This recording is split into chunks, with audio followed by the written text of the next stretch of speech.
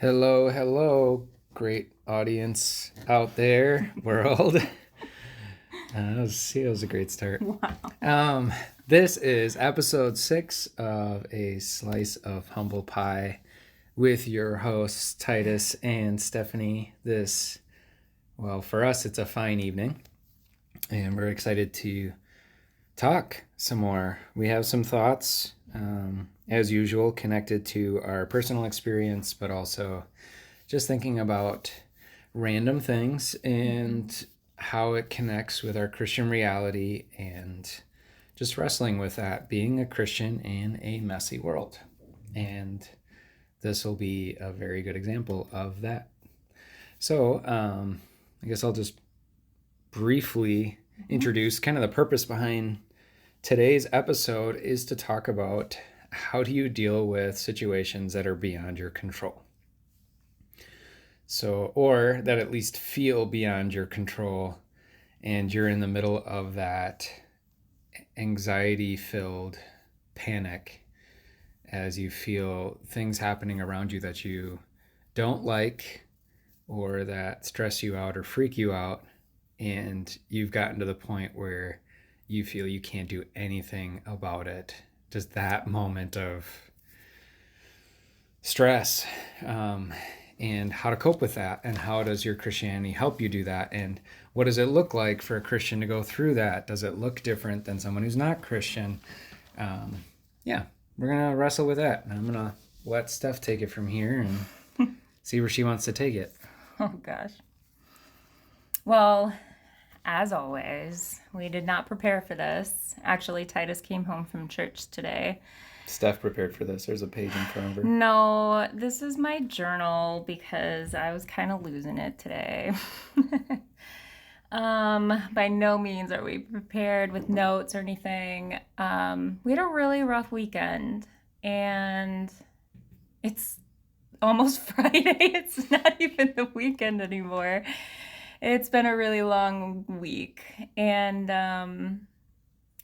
yeah, we're reeling. I think I felt like I was finally getting better, and then tonight I looked at our little foster child and I lost it again, and then I journaled. And actually, this was pretty cool before I get into why, but if you open your Bible app, the YouVersion Bible app, and you type in, no, I'm not saying you do it right now. No. I'm just saying if you're feeling like sometimes when I'm stressed or something, I'll find a plan that goes to that or what I'm dealing with, whether it's like how am I a better mom or whatever. But tonight I looked up what does God say about being powerless? Because that's really how we feel. And all kinds of Bible thoughts came up. And I wrote a bunch down, and then I read them, and then I took notes and how that connected to me. And hopefully tomorrow I'll wake up and believe everything I wrote. But that's really what today is about, how you are feeling, and not even just feeling, a lot of times you literally are powerless. And that's where we're at as foster parents. So some of you know we are foster parents. We've fostered a handful of kiddos in the last couple of years. And in training, we always were told we'd get to a spot like this, and we're there and we're living it. And we're going to relate to this as much as possible because this is our real life right now. And part of this is we literally just need to talk it through tonight. And we figured why not record it, because that's how our podcasts roll. But so she was referencing like this is where we're at, like just to specify just to give that a little bit more definition. It's like we're in training, they just make clear, especially during foster training, that there's so much that's out of your control because you're the support family, and you're there for the kids.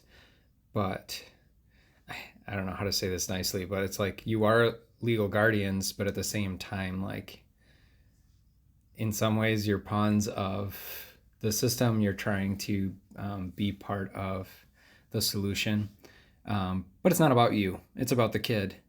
And oftentimes that just the whole situation with foster care, you could have little ones that you love so much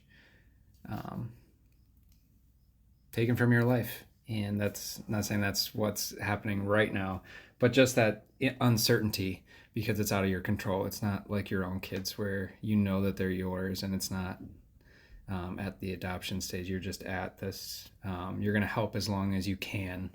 And that can, and when that date is very uncertain. And so they're just like, be prepared for that, because that's going to really stress you out sometimes when you really don't want to even think about that ever happening and the stress that that's going to bring. Sorry. It's okay. For the record, I was getting there. I know, you didn't but I wanted to trust talk that too. I would get there. Yeah, and that's part of it. The other part is, as a foster parent, something you go through is these kids come into your home and you're literally told and taught to treat them as your own. And we do naturally as a parent, a faithful parent, I should say, not all parents, as we've learned, but as a faithful parent, you naturally go all in for these children that are in your home, whether they're foster, adopted, maybe they're just someone staying with you for a little while. We've had that in our life before. And in that, there are situations where our sole job as a foster parent is to keep these children safe when they cannot be safe at the moment in their own home. And for whatever reason, there's tons of reasons out there.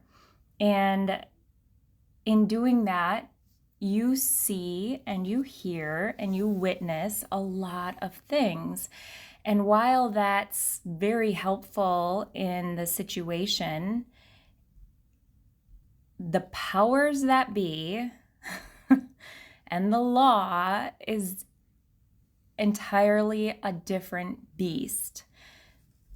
So while we're over here trying to keep our foster children safe, just like we keep our own children safe, there's certain decisions you make because of course I'd make that decision. That is so unsafe. And I'm terrified and this child is helpless. I need to advocate. But there are laws, and we all know the famous saying, the system is broken, because it is. I hate the system. It is, and I hate it too. And you know what? I didn't actually hate the system until this last weekend. Yeah, I could see that change. Yeah, it changed, and and the caseworker knows it changed. It's a beast of its own. Yeah, we've actually had a pretty good relationship because, I mean... And we still do, yeah, of course. Because you understand that, like, what... I've told this to a lot of people. When there's a broken family, like one of the first lessons I learned with foster care is, like, it makes you appreciate a family that's working well and how beautiful and priceless that is, because when you're in foster care and you see all of the resources that are needed to deal with one issue or help one kid or try to put this pieces back together and how imperfect that works no matter what you do, then you realize, like, wow, I never realized how valuable my upbringing was or my parent was, or that I didn't have to deal with this or that. And like, no amount of money and effort and good intentions and caseworkers, even the best ones, can replace that. Like, so it's like trying to replace a God thing with human effort, and it just never makes it. And we see that's the system. It's trying to put things back together that only God can put back together ultimately. But we're part of this broken world, and we're trying to make a small difference. I don't like using that word all the time, but just like make an impact and live out our faith by sacrificially doing what we can. And using what we have faithfully. At one point in our life, we said, we have a lot of bedrooms. Let's use them faithfully. That was one way. Yeah. And we don't have a lot, but it's, in our mind, we had space. That was a quote we said in Clintonville. Yeah, but that's true. Yeah, we just have a lot to give, and we have a lot of love, and like, why? So here's the hard part, and this is the part I'm struggling with. So, and it kind of brings us full circle to our topic of handling situations where you're absolutely powerless. So in this, like in foster care, what we're really seeing now, what's coming to light is you are literally powerless because you have no say in the end game, in the results. You have a voice, but will that actually matter? What I learned this weekend is what I said didn't actually matter if it wasn't. I don't want to put What it. you mean is like it Don't want to didn't give it too many didn't matter details. on the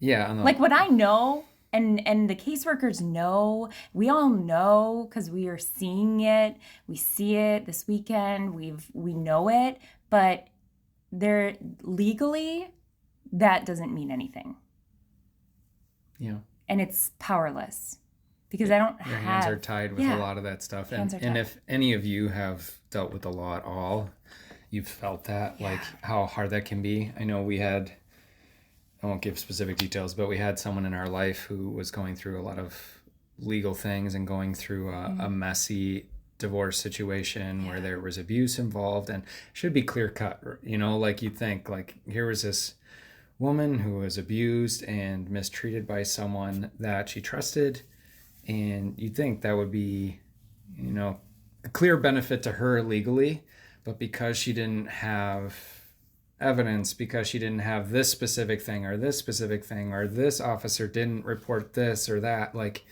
it made it so painful for her and ultimately didn't give her anything legally.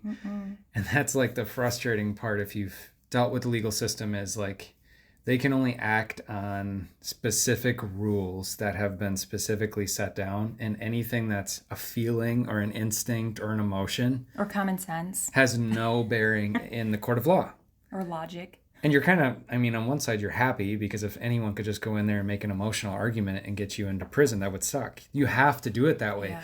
But it's scary when you're involved in that because you feel so powerless. Yeah. And unless you have that clear evidence or like a lawyer, not that we need a lawyer, but just like someone to speak your case in a way that they sound knowledgeable and can persuade even, it's just a scary situation to be around. And if you don't feel like you're supported or like being heard, because what Steph said matters, but what she means is like legally, like it doesn't necessarily impact our situation. Yeah, or the case. Yeah, and that's just hard to hear and hard to realize. Like, yeah. Now, will I go to court and the judge always tells our judge that we've had so far has always been like, if you want to say anything, Belos, your voice is important, and we want to hear you too. And for the last 2 years, Titus and I have bent over backwards because what is foster care? It's not foster to adopt. And if you go into foster and adopt, be prepared to hurt yourself and have hurting children, because foster care is literally built, designed, and legally for these children and these reconciled. families, right, repairing. And that is the goal. That's the end game. That's all we want. That's all we've ever wanted. We have plenty of kids of our own. We're not in it to adopt. If that happens, thanks be to God. Then that happens. And we are, like, we're not saying in some cases we can't, but in some cases we could do that. And it's that's just not our objective going in. Yeah, that's not our goal in foster care whatsoever. But I want to, and Titus wants to, stand side by side with these families, hold their hand in whatever way we can. And we have done that more than a typical foster parent would or even should in a lot of cases. And that being said, now we're facing the situation we're in. By the way, we're being vague because this isn't our story to tell. It's our foster children's story if they ever want to. And So we're just trying to tell our emotional side of it. Convey it. And that's why people don't foster, right? Let's be real. Like, we hear that all the time. Oh, I just couldn't do it. I couldn't do it because whether it's A, I could never give them back, or B, I could never, the system's so broken, I couldn't even see that the things that they do happen. I get it. But if not me, then who? If not us, then who?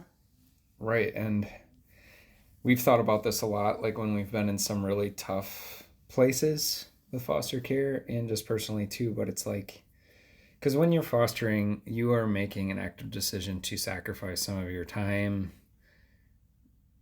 I don't know if finances is really... It is, so it but definitely that's part is. of it. Like your time, your space, Yeah. your emotions, your capacity to care and to deal with things. You're going to be stressed more. Like you're sacrificing a lot of comforts that you could have if you just didn't do it. Blood, sweat, and tears.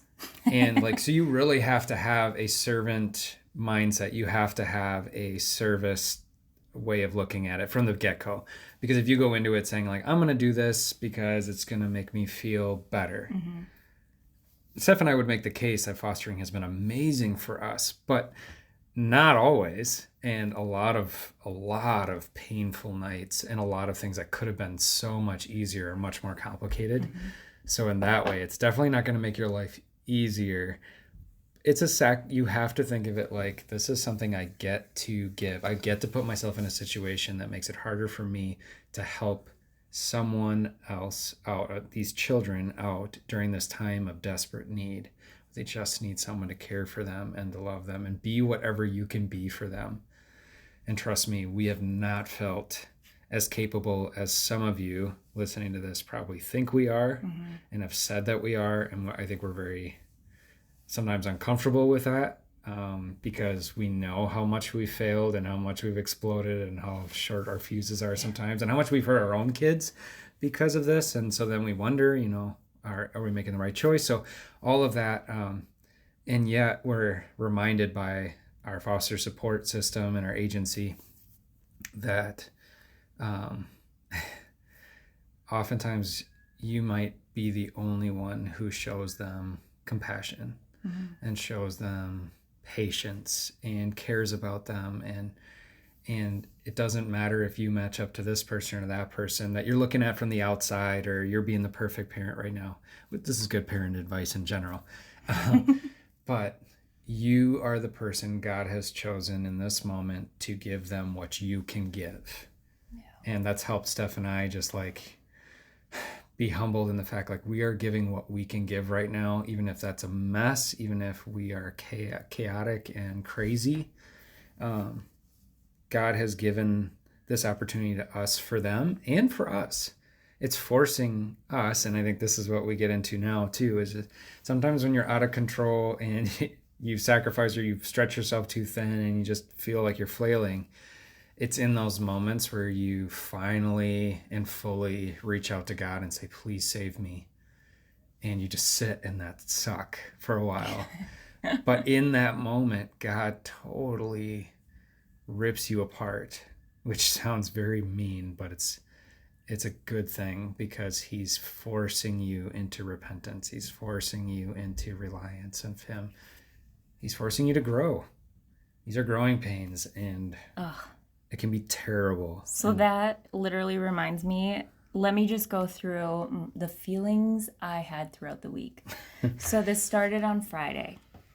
Got worse on Saturday, worse on Sunday, even worse on Monday, even really worse on Tuesday.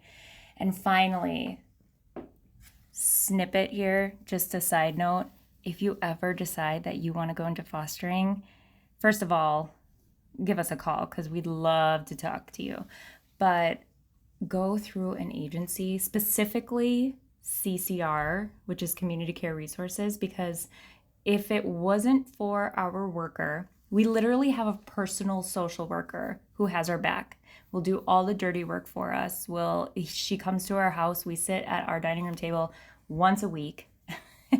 And we're always supported. We put all of our issues, concerns, questions, everything on the table, always answered.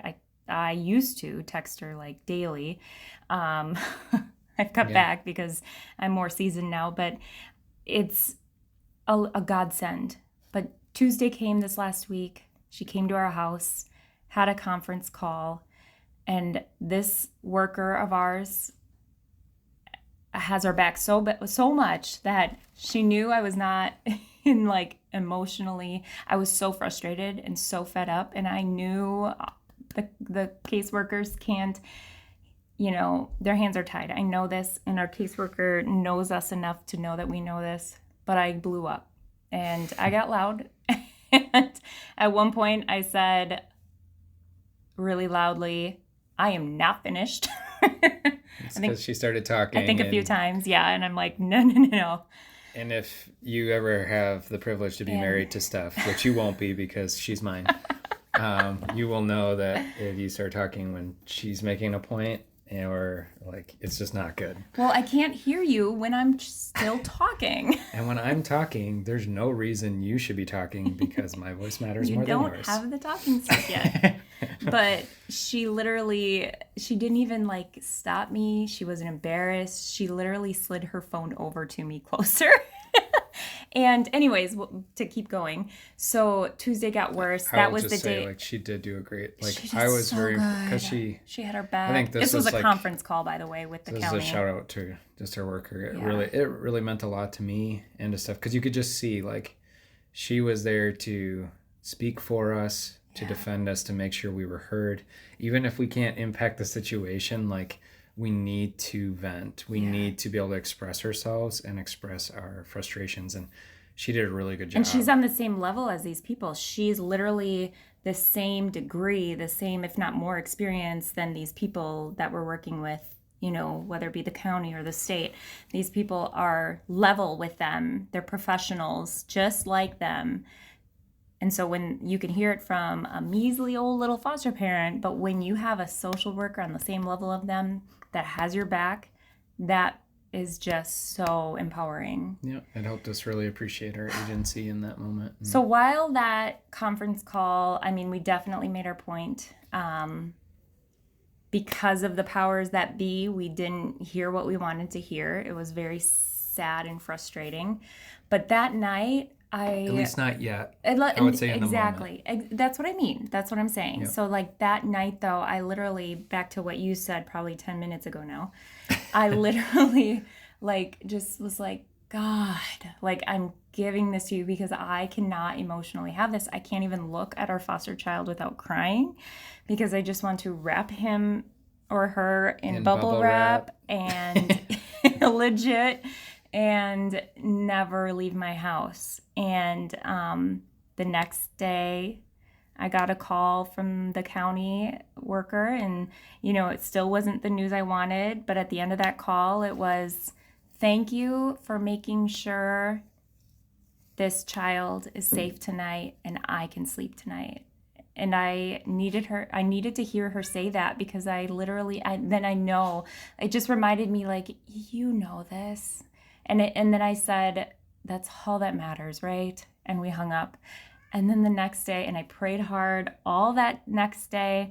And then I got a phone call at work, dropped everything and answered. And we heard just like the slightest good news that for now, like, this child will be safe for now. And that's what I needed for now. And tomorrow, God will take care of tomorrow. But today is okay. And I literally just like at work, like sat down on a bucket. I tipped a bucket without a lid and I tipped it over and I literally just lost like weight in my legs. I was just like, thank you. Like that's what I needed to hear. And I don't know what's going to come and we don't know what's going to come, but it's so easy to tell someone like, you aren't in control. That's okay. Give it to God. It's so easy to say that because we've said it 1,000 times. You as a pastor have said it and preached it 10,000 times, but when you have to look a child in the face and do something that you know is wrong and not okay, and you can't just wipe your hands of it. You have to go through with it because it's the law. It's a beast. It's a different beast. It's not as easy as saying it to someone else. And I would say one deeper thought that can help with that too, and this is, I'm saying to you as well. Steph said we needed this for her to just talk this out too. This is our therapy, so thank you for joining us. But one of the things that is true, like Steph just said, doing something that is wrong, it feels wrong. One thing I would say, like, even if, we could say, like, in the moment, it's something that if you looked objectively at it, you would say this is dangerous and this is not good. I think one thing that can be comforting, especially then when you have to legally, is realizing God holds all our days in his hands, and the God who throughout history has allowed some pretty atrocious things. And I know that's a tough one for everyone to think about. Like, why did God let this happen? Why did God let this tragedy happen? And what does God respond to that? He doesn't necessarily tell us why that individual thing happened, but he does say, trust me. Mm-hmm. I got the whole picture figured out. You're looking at this one tiny little piece, and yes, it may be terrible. And this isn't terrible even compared to some things that we could list throughout history that you could, without question, or in your life, that's just absolutely, for sure, the worst possible thing that you could have ever thought of. And it's just really hard for us to see how any good could come from that. And I understand that, and I'm not asking you to see that now. And as a pastor, I don't necessarily say, like, you should like what just happened. But let it be a comfort that the God who used terrible things to save you, like allowed the worst things to happen to his son Jesus so that he could save you, is able to use even disaster for your ultimate good and for the ultimate good of others. So that's just something that I remind myself of always. And I've, throughout this situation and with our foster care in general, I've had to have that perspective personally for myself too. Like, I get to be, it's a gift every day that I get to take care of this kid. And then I get to be there for him. And I got to remind myself of that sometimes because they don't always feel like a gift. And I don't feel like a gift to them. I don't feel like a gift to you. I'm a butthole and they're being a butthole, and we're all buttholes, and it should just, anyway, not a gift. And bunch of buttholes. There's buttholes everywhere. By the way, I use butthole all the time when I really want to say something else. So I'm really happy to know that it's passed on to my husband. Then a pastor does it too. I call my kids buttholes all the time. Oh, you're such a butthole. Yeah. But before we talked about that, so I don't forget. Yeah. It's just like, as you're going through that, it's just good to remember that nothing is given. Nothing is given. Every day is a gift. And even with our own children, I'm looking at our youngest now, who just started school, and it's driving me nuts because she's so big, and I almost cry every day when I drop her off right now.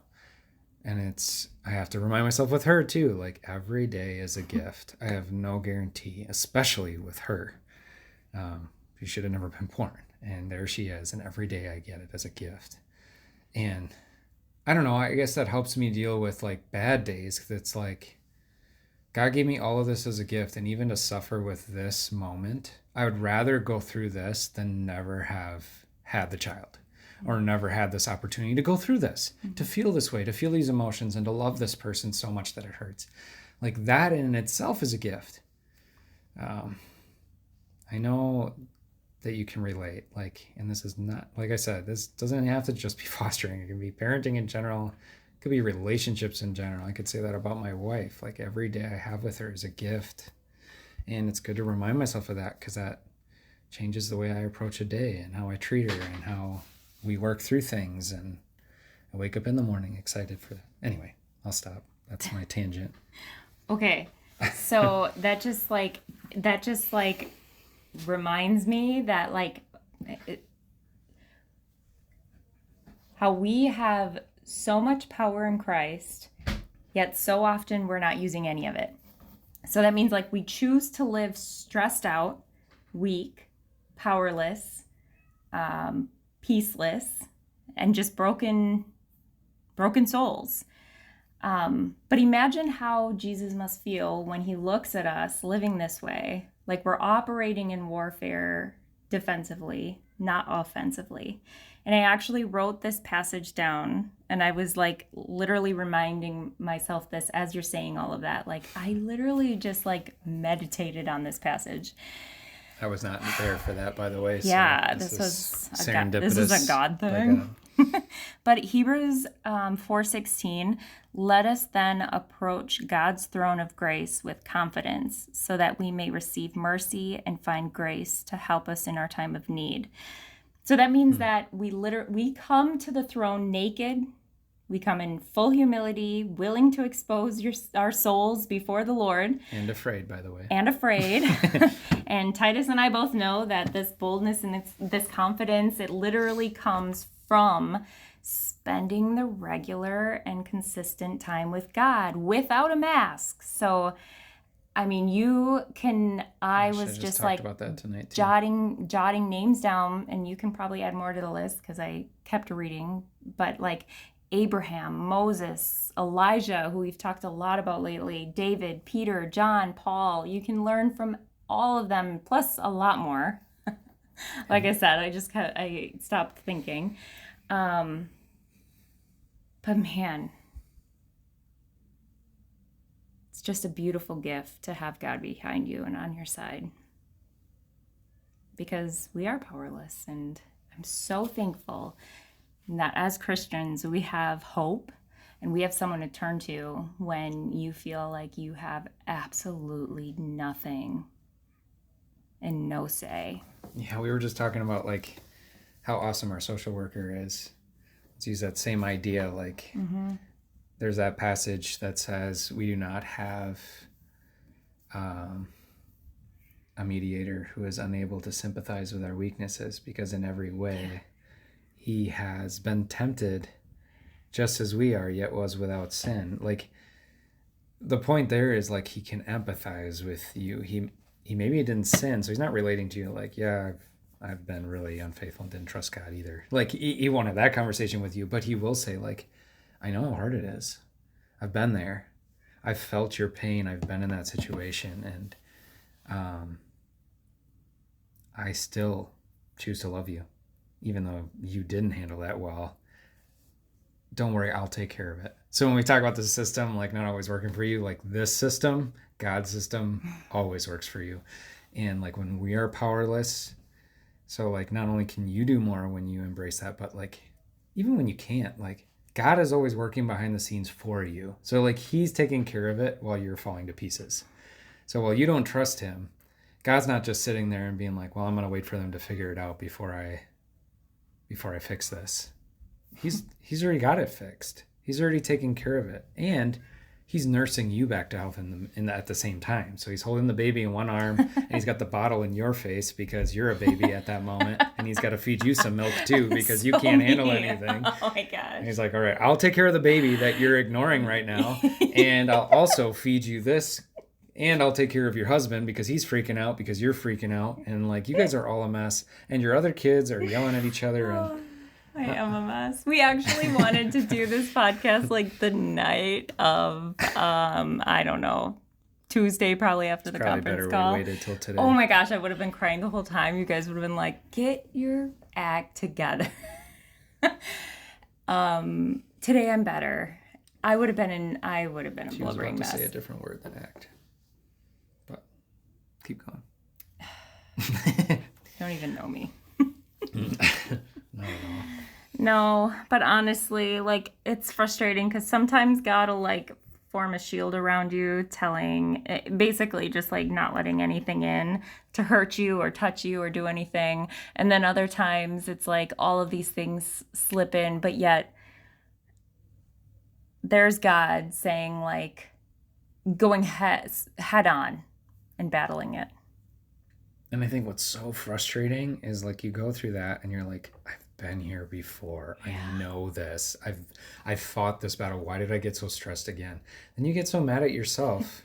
You're like, I know better than this. Like, I already learned this lesson, and God had to break me down just to learn it all over again because I'm too stupid to hold on to the same lesson that he's taught me 1,000 times.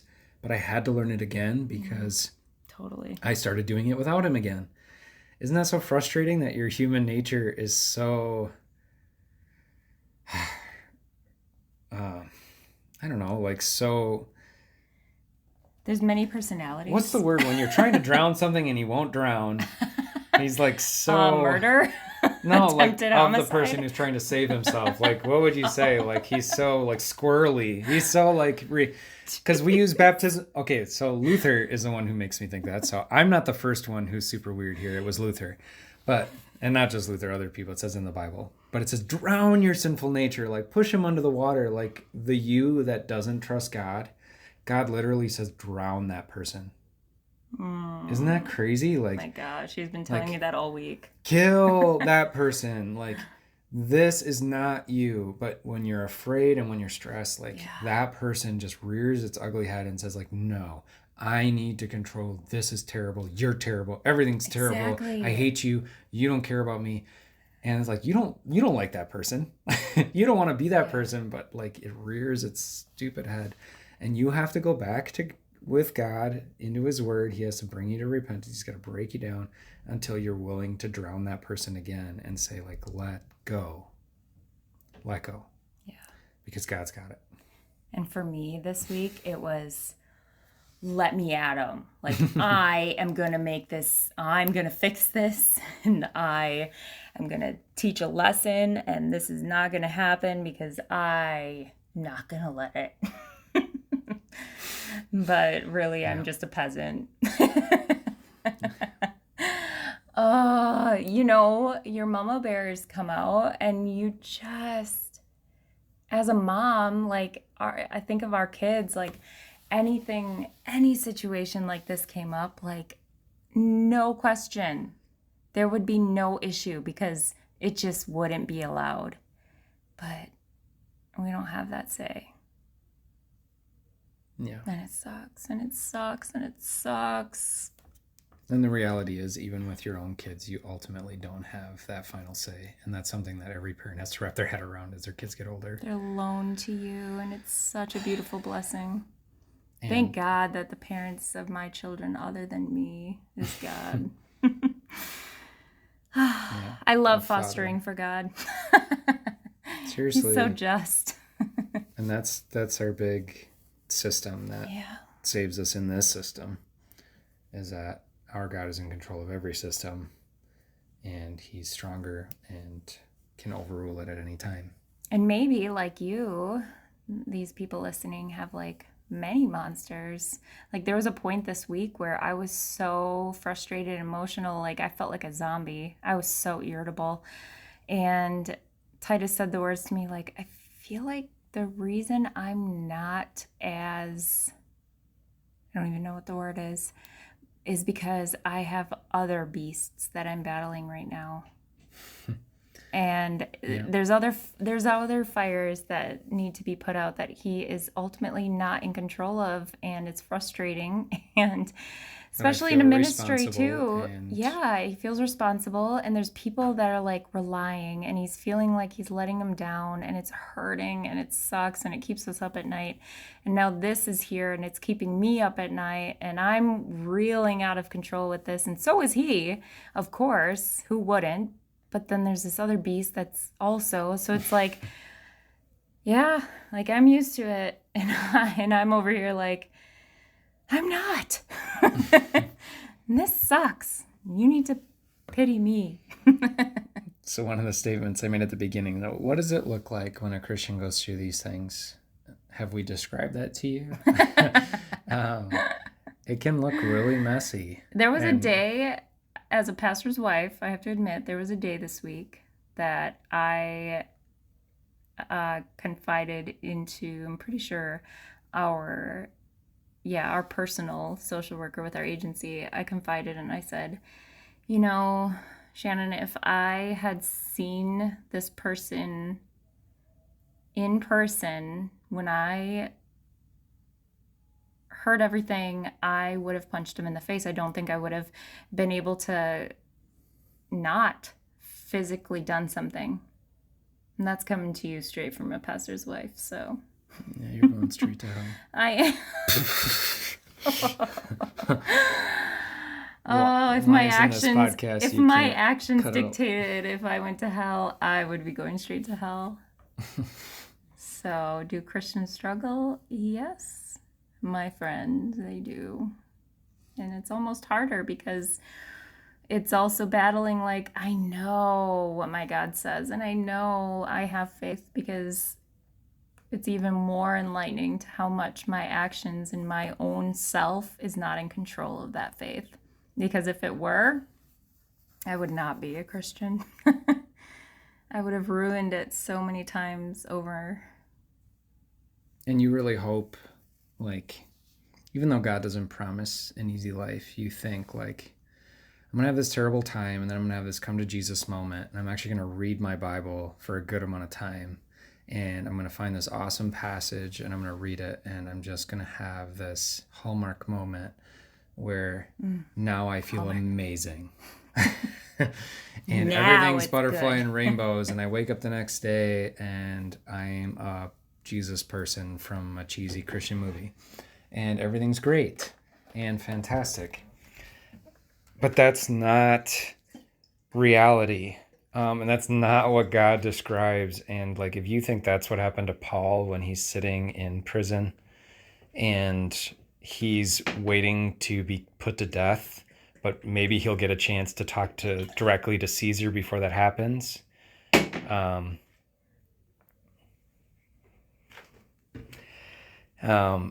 He's not, like, those nights I'm sure were hard. And I'm not saying that you don't get to this place of peace in moments. I've definitely been there. And Steph will tell you during the time with Magnolia's difficult pregnancy, like, she experienced a peace like she had never experienced before. But that wasn't all the time.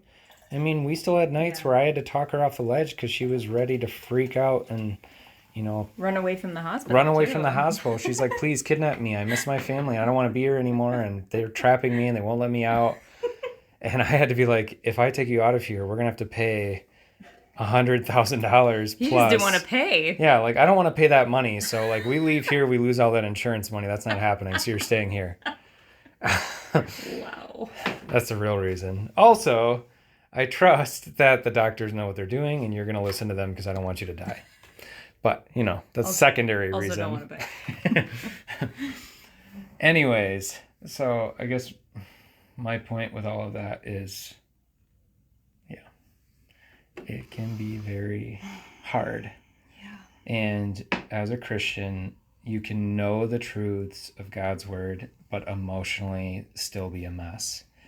And that doesn't mean you're not a Christian or you don't have faith. Yeah.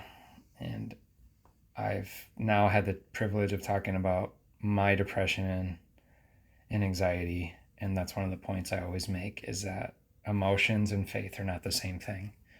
You can feel like your life is over and yet still believe that Jesus died for you and you're going to heaven if you died today.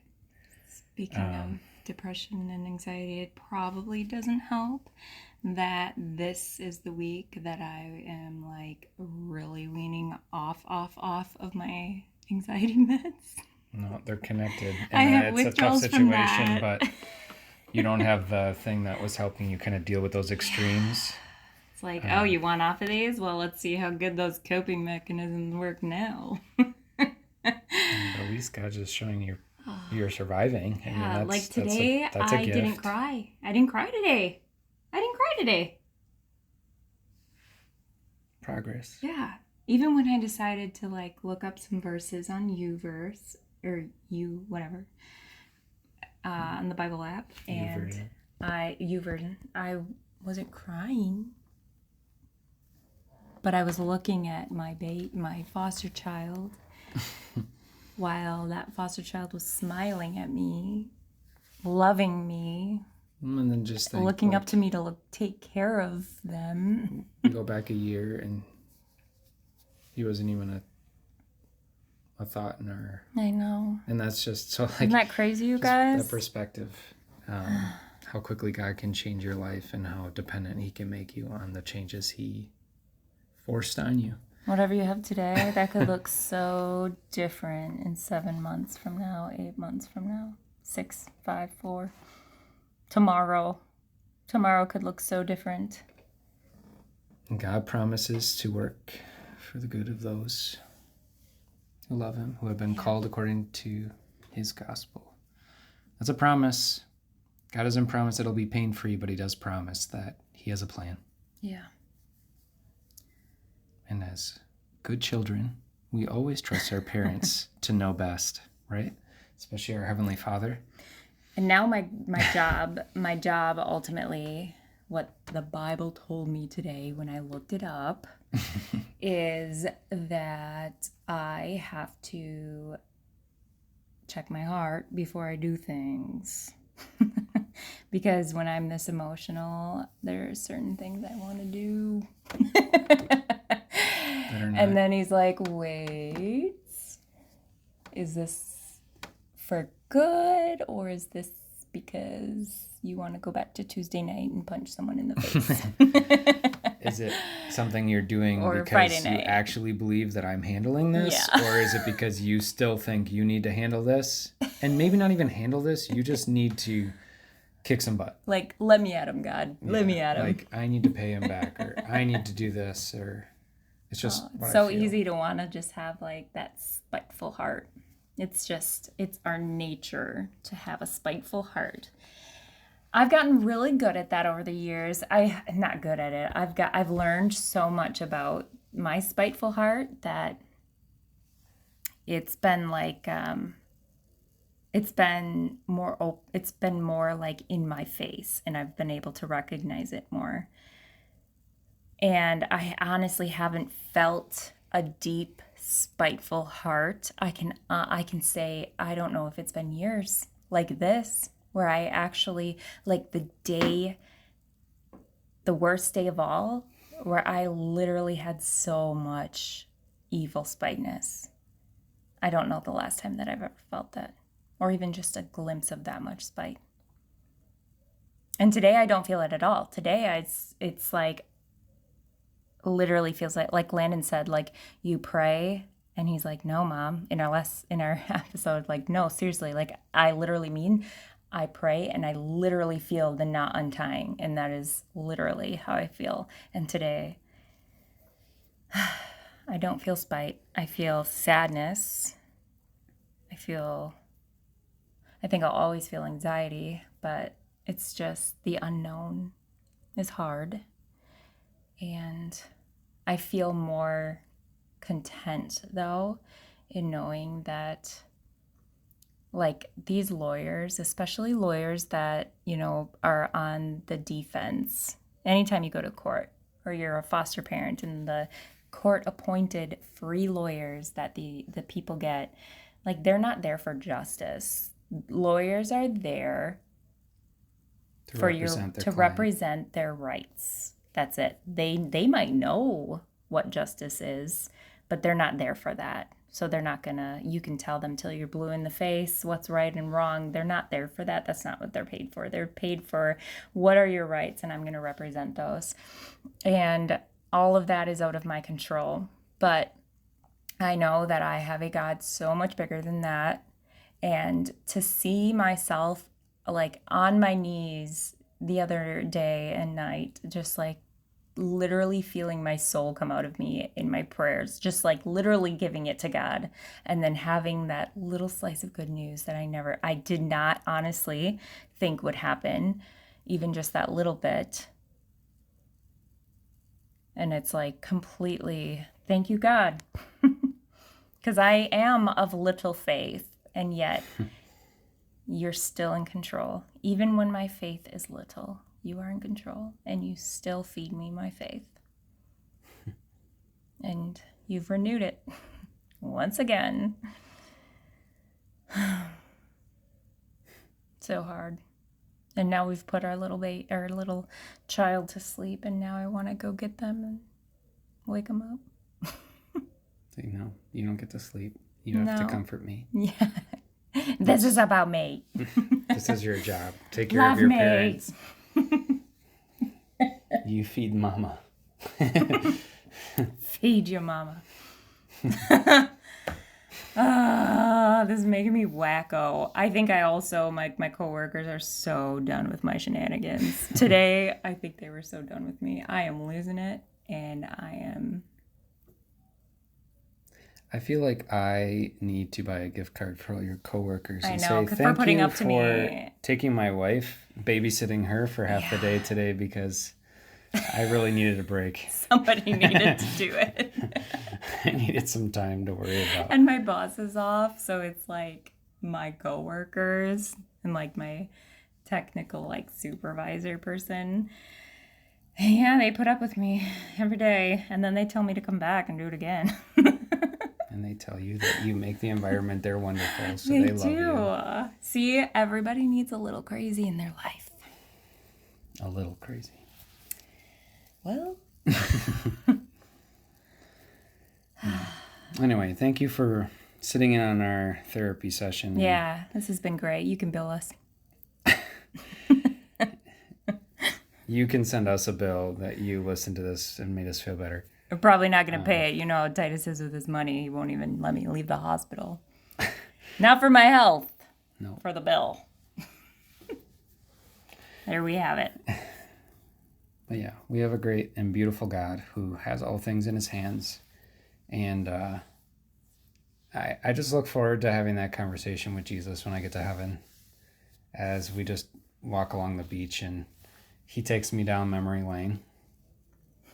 And pretty soon I'm just gonna have to say, like, just stop. It's too painful. It's too painful to watch how I reacted in these situations when you make clear just how you had it. And even if I didn't have your perspective now, I could have saw it then if I would have just paid attention. But I was so stuck in my own head, and I'm just embarrassed. Yeah, not even just painful. It's embarrassing. It's just gonna be embarrassing. Just like, stop now. I get the point. Like, yes, I love you more, but We always say perspective. Once you finally have perspective, you're like, okay, you were a bit of a baby. Over exaggerated. But in the time, guys, like, you're not crazy. It feels like the end of the world. And can you imagine? Can you just imagine? And you probably don't want to, but can you imagine those who do not know their God? In these circumstances, what do?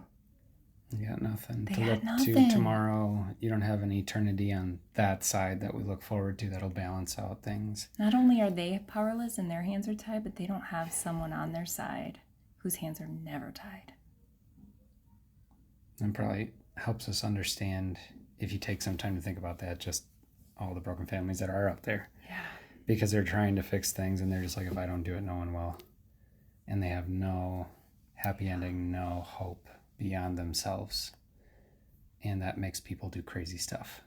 One thought before we close tonight. As a foster parent, I get so invested, and to a fault. This is why the county, like, everyone knows, they adore us probably because we do more than we need to, but and it saves them time. But I get so invested. Like, I would literally have a mom come to my house and I would teach them how to bathe their child. Like, that's how invested we are. And part of that, though, is to a fault. And I say that because what am I doing? Again, without, I can say, this is a beautiful thing. I'm so invested in helping these families. But really, a part of that is because what am I doing? I'm trying to take control. I can fix this person. I can fix this family. I can stop the violence and the awful things that are happening. No, Steph, you can't. And I actually thought our foster training was good at couching our expectations. Yeah. A lot of that training is you will not fix these kids. Yeah. Even just saying, if they've been through trauma, you can't just magically make their brain better. You could love them with everything you got, do everything right, and they may still hate you. Boy, did we see that. We've had foster children who we rage love. And Yeah, we've had foster children we love with every piece of our heart. And to this day, to this day, we advocate and hope and wonder and ask questions and be a part of that story because we want that to be good and we want the end result to be good. But it's out of our control. When they have to leave our home for something, for safety or for whatever reason, and it's not to go home or not for a good reason, that's so hard. It breaks our heart. And that's happened to us. We've had children leave our home for safety reasons or whatever the case may be. And we need to accept that we needed to accept couldn't that. fix it. And it was putting us in a bad place, and it was putting other people in danger, our kids in danger, or in a bad place. Yeah. So it was like accepting the limitations of being human. And I was talking to another foster parent who's also had that with the same children, and they're like, even to this day, they're like, I just, whatever it takes, like maybe you and I, we can figure something out and they can come half of the time with me or a week with me, a week with you. And like, we're still fighting that guilt because we love them so much. But sometimes you just have to let go and realize that you are not Jesus. You cannot save the world. Yeah. We're not the heroes here. Yeah. And it's a balance. Yeah. Because it's still good to push yourself, still good to sacrifice, it's still good to put yourself in faith-testing situations. But you also have to recognize that it's not about you. You can't fix it. You're just one piece of a puzzle that God is going to put together. And you get to be a part of that. And you get to play the part He lets you play. Yeah, and that not puzzle, the one you want. And that puzzle can have a million bazillion pieces, but it's never complete without your little piece being added. And as hard as it is to go through these situations and not have all the pieces, and you wish you could control it, if you really play that out though, do you really want to be in charge of putting together all these pieces? Are you capable of that? Do you have the power, or the mental capacity to do God's job? No. So you need to let it go and let Him do His thing. So that's the first realization. It's do you really want control over this? No. Because if you did, you would mess it up. Okay, I just want to be the crazy. dictator of the end result. That's it. Yeah, I know. In some cases. But maybe your end result will get someone to hell. I know, And it's I think know. that's just the humbling part is. This is why everyone, if you're not married, you should marry a pastor, because I was up here, now I'm way down here. That's what a pastor is supposed to do. And a husband is always to put you down there. That is not. Who died and made you king, Steph? Nobody. You better humble yourself. Check yourself before you wreck yourself. Pretty sure that was our vows. That was the self-written ones after. But then we sang Give Me Jesus after that, so it was fine.